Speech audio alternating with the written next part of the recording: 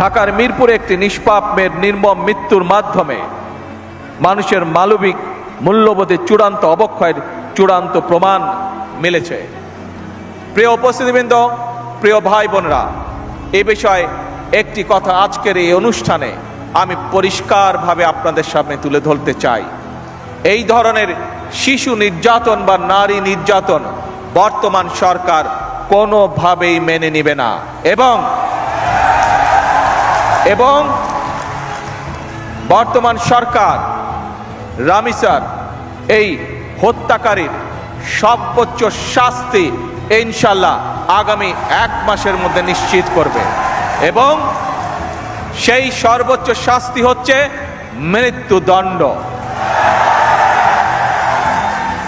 যাতে করে ভবিষ্যতে আর কোনো ব্যক্তি মানুষ এইভাবে শিশু বা নারী নির্যাতন করার সাহস না পায়। সকল সম্মানিত উপস্থিতিবৃন্দ, সবচেয়ে যেটি বড় ক্ষতি হয়েছে, বিশেষ করে বিতাড়িত ফ্যাসিবাদের সময় মানবতা, মানবিকতা এবং দেশের আবহমানকালের ধর্মীয় সামাজিক মূল্যবোধগুলোকে একেবারেই বিনষ্ট করে দেওয়া হয়েছে।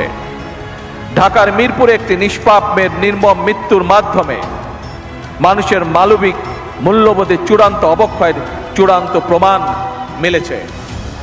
প্রিয় উপস্থিতিবৃন্দ, প্রিয় ভাই বোনেরা, এ বিষয়ে একটি কথা আজকের এই অনুষ্ঠানে আমি পরিষ্কারভাবে আপনাদের সামনে তুলে ধরতে চাই।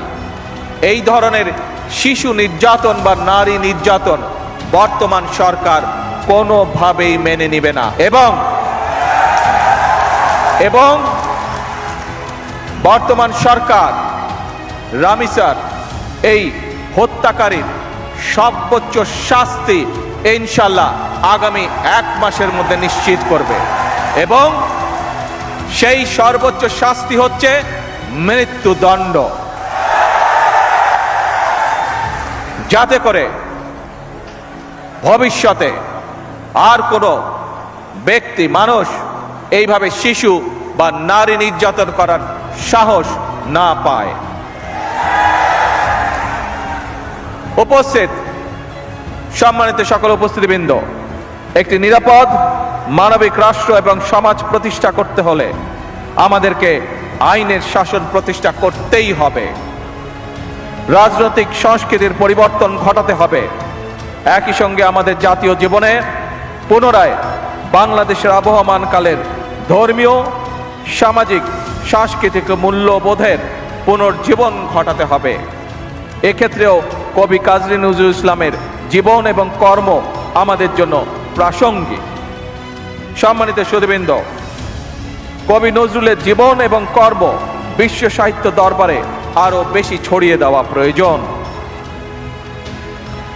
তার জীবনবোধ, তার জীবন দর্শন প্রজন্মের পর প্রজন্ম পৌঁছে দিতে হবে। এরই অংশ হিসাবে আমাদের জাতীয় কবি স্মৃতি বিজড়িত ত্রিশালকে নজরুল সিটি হিসাবে ঘোষণা করা যায় কিনা এর ব্যাপারে সম্ভাব্যতা যাচাইয়ের